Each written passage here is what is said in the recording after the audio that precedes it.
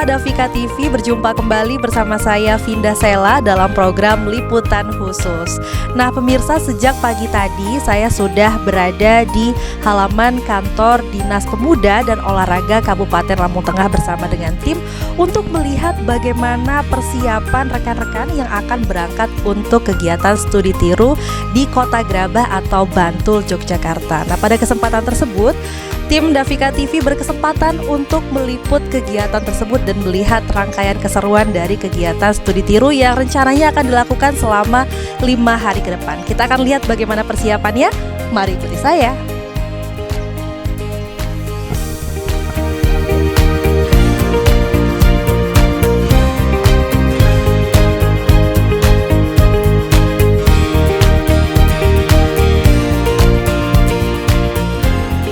Saat ini kita masih melihat bagaimana persiapan rekan-rekan peserta dari studi tiru yang akan berangkat ke Kota Bantul, Yogyakarta. Nah saat ini mereka sedang bersiap-siap untuk briefing terlebih dahulu dan juga doa bersama demi kelancaran perjalanan sampai dengan Kota Bantul, Yogyakarta nanti.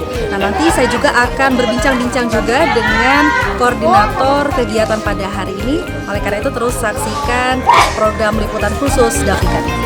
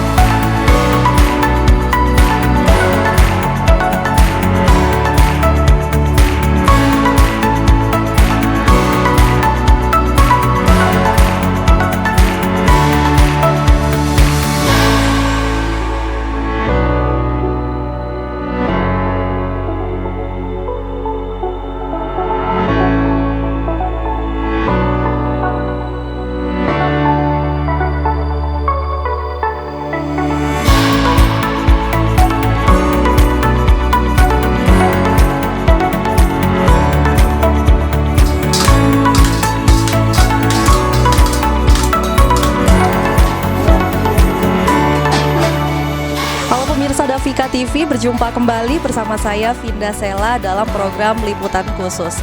Nah hari ini adalah hari pertama kami sudah tiba di daerah istimewa Yogyakarta, tepatnya di daerah Bantul. Dan untuk hari pertama ini masih menjadi rangkaian studi tiru yang diadakan oleh Dinas Pemuda Olahraga dan Pariwisata Kabupaten Lampung Tengah. Dan untuk destinasi wisata studinya sendiri, kita saat ini berada di pengrajin gamelan yang berada di desa Mangiran Trimurti, Serandakan, Bantul. Dan ini dari rombongan peserta studi tiru sendiri sedang melihat bagaimana proses pengrajin gamelan yang berada di daerah sini, bagaimana prosesnya, kemudian diedukasi juga oleh tour guide-nya. Kita akan lihat bagaimana keseruannya.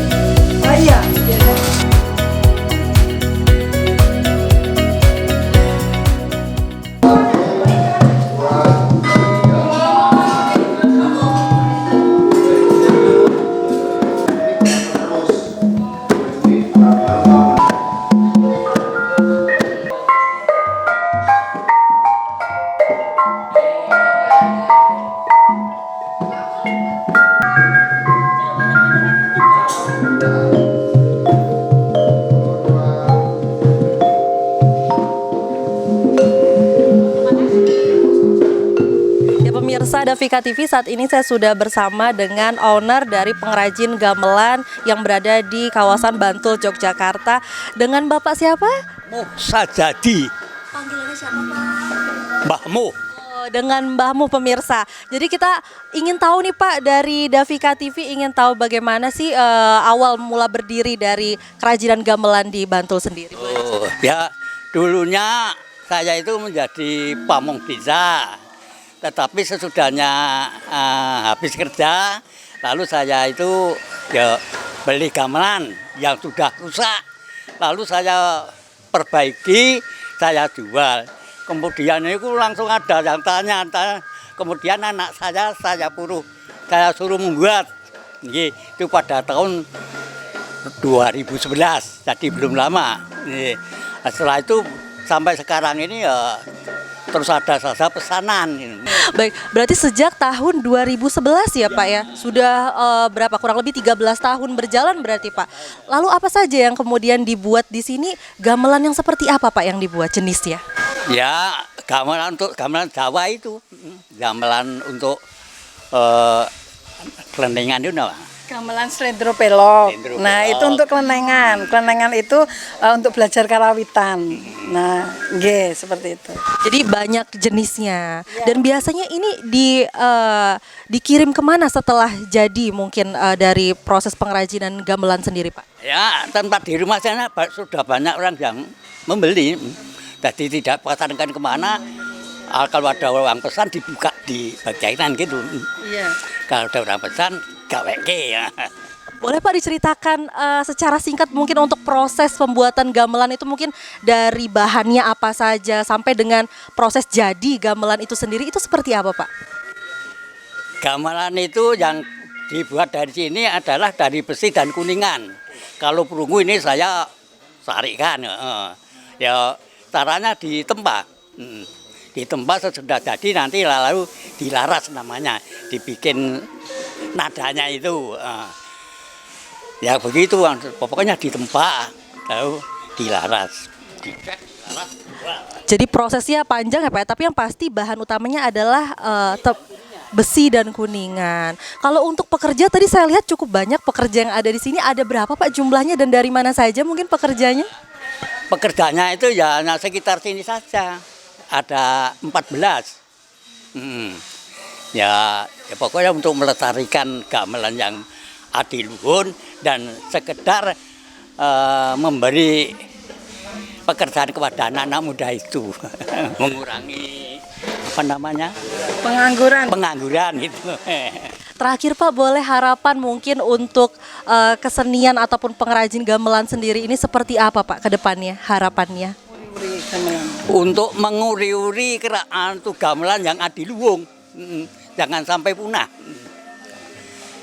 Ya gitu kan, untuk menguri-uri gamelan yang adiluhung. Jadi gamelan ini itu dibuat itu tidak hanya untuk kota Yogyakarta, tapi ini sudah go internasional, Mbak. Ya, jadi gamelan ini memang diprioritaskan itu bahwa di Jogja harus yang semua menguasai tentang karawitan. Jadi gamelan ini tetap diproduksi terus. Harapannya bisa regenerasi, jadi dan tidak hanya di Yogyakarta saja, tapi mancanegara. Jadi harapannya tetap lestari ya Pak ya. Terima kasih. Baik, terima kasih banyak. Semoga memang sesuai dengan yang kita harapkan, terus lestari dan anak-anak muda mau melestarikan gamelan ini sampai dengan mancanegara. Terima kasih banyak. Itulah tadi pemirsa perbincangan saya dengan owner dari pengrajin gamelan yang berada di daerah Bantul, Yogyakarta. Salam budaya. Lestari budayaku. Lampung Tengah. Sukses.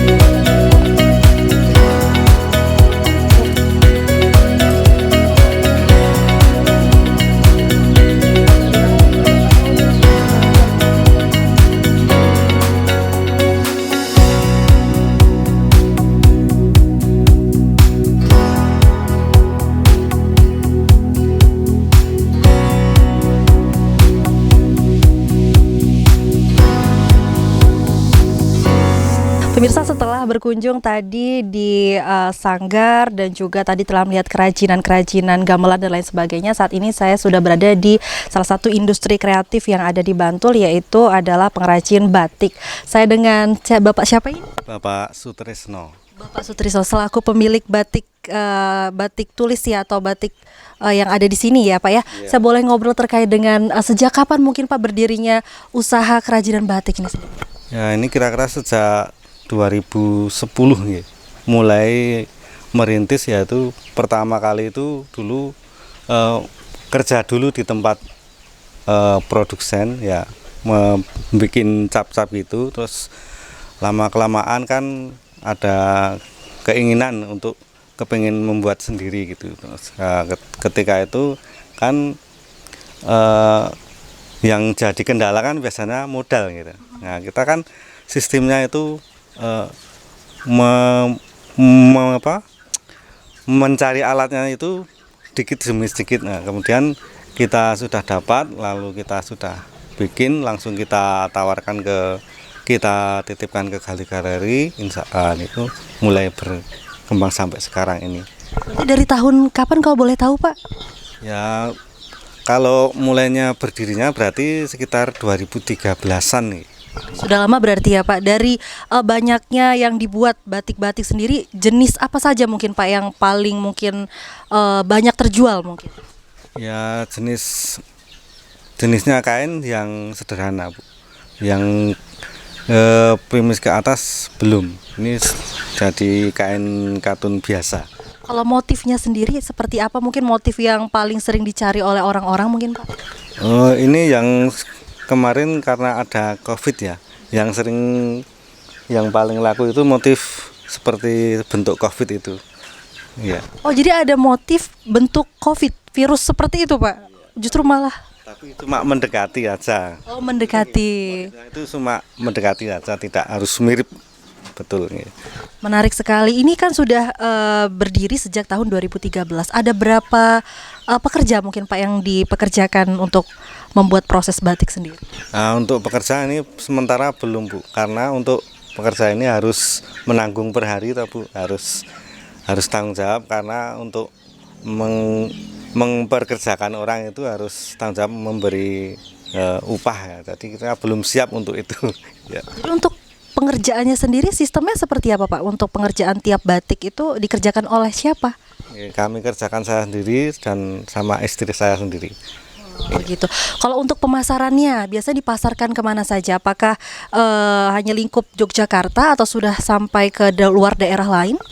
Ya, untuk pemasaran masih di Yogyakarta, Bu. Ya. Baik. Terakhir Pak, untuk harapan ke depan untuk usaha batik Bapak ini seperti apa? Ya, harapan kami tetap maju terus dan insya Allah banyak pelanggan gitu. Baik, amin. Terima kasih banyak Pak ya untuk sharing ilmunya. Terus saksikan liputan khusus hanya di Davika TV.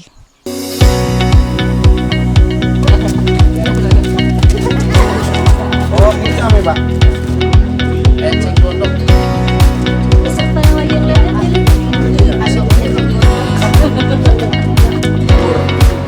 Terus sia-sia aja gitu terbuka lah ya. Kalau kita jadi orang kita bawah dia batangnya panjang itu kan ya. Nah, proses jadi begini tuh dia harus lakukan gimana Pak? Mau apa dia mungkin di keringan dulu kalau keringan langsung. Jadi bukan diambil ini berapa hari berapa lama apa misalnya 2 hari.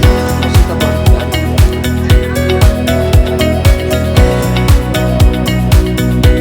Ada kalau rapinya ini. Oh bukan, ini sama aja.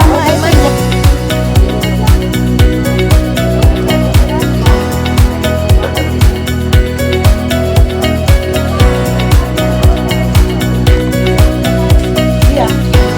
Mau dibuat sendiri ya, tempat itu ya.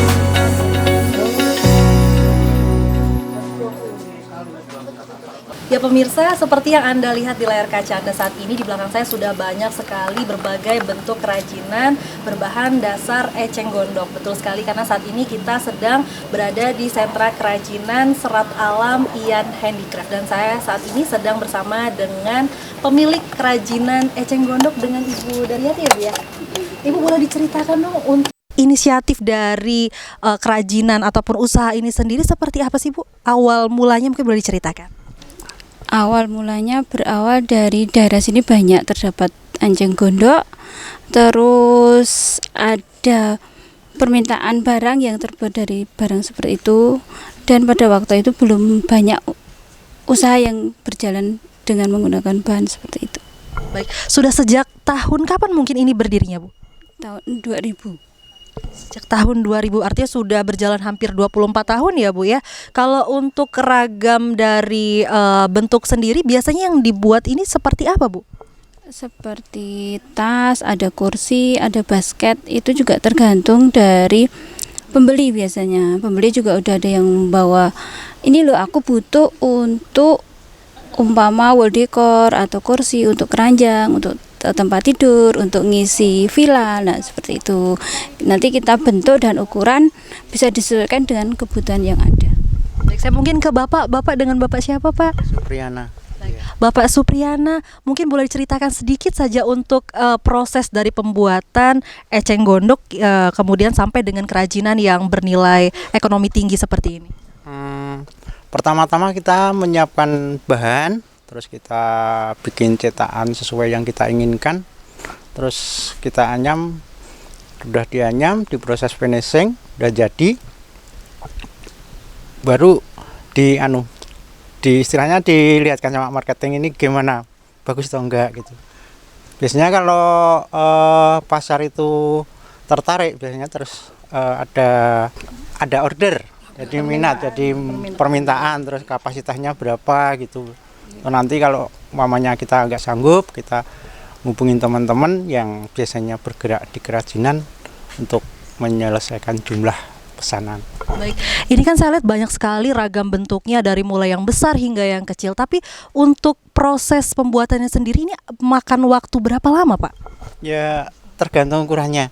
Kalau yang kecil-kecil untuk pengrajin yang udah handal itu paling cuman 1,5 jam, 2 jam itu udah jadi. Tapi kalau yang gede-gede itu ya paling bisa makan waktu sampai 10 jam, kadang lebih. Baik, saya lihat ini kan banyak, ini seperti gudangnya, dan saya tadi sempat ngobrol juga dengan Bapak juga kan ya, bahwa ada beberapa cabang juga di sini seperti itu. Artinya pasti menyerap tenaga kerja yang cukup banyak juga. Itu ada berapa tenaga kerja, mungkin saya ke Ibu, ada berapa tenaga kerja Bu yang bekerja di sini mungkin? Yang untuk yang di rumah ada 16, itu ada bagian finishing, ada bagian las, ada bagian pengambilan barang seperti itu. Terus yang untuk yang anyam sendiri ada sekitar kan borongan ya sistemnya. Borongan di rumah-rumah. Itu dibawa pulang, itu sekitar 200-an. Di total seperti itu. Baik, kalau untuk dari harganya, ini yang dipasarkan mulai dari harga berapa saja Bu? Itu bervariatif sekali. Untuk prismat yang kecil-kecil itu bisa dari 6.000, 7.000, 10.000, 30.000 kayak gitu. Terus untuk yang besar, untuk kursi itu bisa sampai yang 400, 500.000 seperti itu. Kalau pemasarannya Pak, biasanya ini kemana saja Pak dipasarkannya mungkin? Kita yang udah jalan itu ada istilahnya di sini kan cuman tempat produksi ya, jadi kayak tempat kulaan. Jadi ada beberapa pedagang lokal yang kadang masuk ke Bali, terus ada yang kerja sama eksportir, itu banyak yang masuk ke negara-negara barat. Jadi artinya sudah tidak hanya di sini saja tapi hingga luar kota dan juga mancanegara ya Pak ya. Terakhirnya untuk Ibu mungkin boleh sampaikan mungkin harapannya ke depan untuk kerajinan serat alam ini akan seperti apa harapannya? Harapannya tuh perekonomian global itu segera membaik.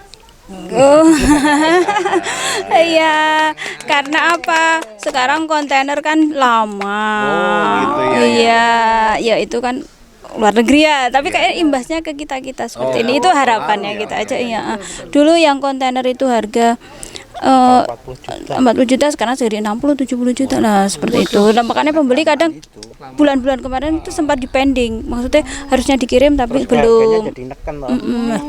Seperti itu di harga itu kalau itu kalau pasar global ya. Kalau yang di kita sendiri sih ya karena persaingan yang semakin ketat, ya mau nggak mau harus berinovasi dalam bentuk, dalam harga, dan semuanya seperti itu.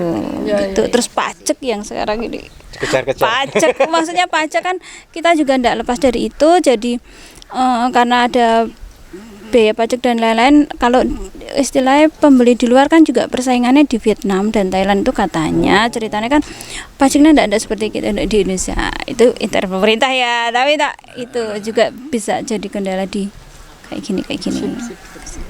Terima kasih Ibu dan juga Bapak untuk penjelasan terkait dengan destinasi kerajinan serat alam. Terus saksikan liputan khusus hanya di Davika TV.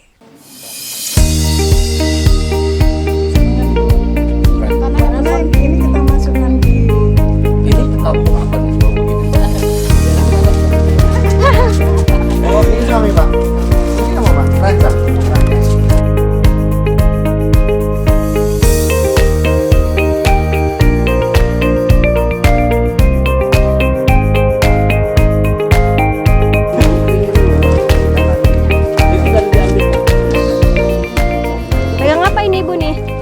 Pegang apa ini? Ini lagi tas dari Eceng Gondok. Berat.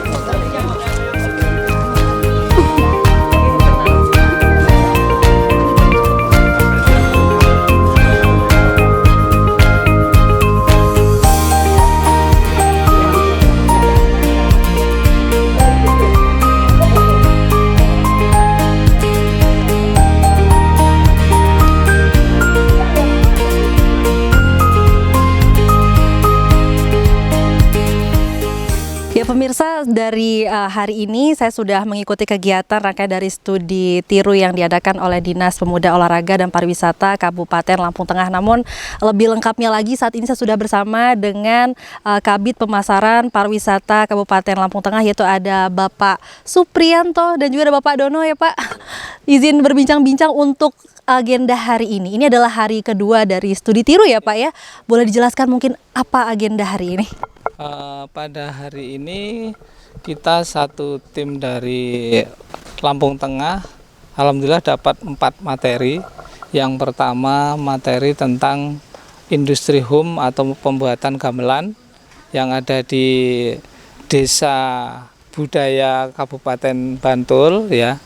Di situ tadi langsung melihat langsung bagaimana caranya kita memproduksi gamelan, melaras dan lain sebagainya, bagaimana menjualnya, bagaimana memanagenya, sudah kita langsung pada tempat pembuatan industri gamelan. Terus yang kedua kita langsung menuju ke lokasi Sanggar Bimo Murti. Nah artinya di Sanggar itu ada langsung ditunjukkan bagaimana cara melatih pada peminat generasi dari mulai PAUD, TK, SD, SMP sampai dengan remaja, SMA dan lain sebagainya. Banyak masyarakat di lingkungan setempat diberdayakan untuk mencintai budaya kearifan lokal yang ada dan dikembangkan bersama-sama, dan di situ akan memunculkan perkembangan dan kelanjutan ekonomi kreatif yang ada di desa budaya itu. Langsung tadi kita juga ikut praktek, ikut belajar bersama-sama, bermain musiknya, bermain tarinya. Dan kemudian materi yang ketiga adalah kita langsung berkunjung ke produksi batik. Asli batik yang ada di Bantul ini, motif-motifnya sangat melekat dengan ornamen-ornamen ukiran atau motif batik Yogyakarta. Nah, artinya di sini ada yang batik tulis, ada juga yang menggunakan cap, bagaimana cara membuatnya. Tadi kita langsung ke lokasi. Nah ini kebetulan kita sekarang ada di tempat industri Enceng Gondok yang sudah go internasional. Bahkan ini sudah bekerja sama dengan impor, ekspor, ya kan, yang artinya sudah sangat bermanfaat di lingkungan masyarakat sini, pekerjanya bahkan ratusan.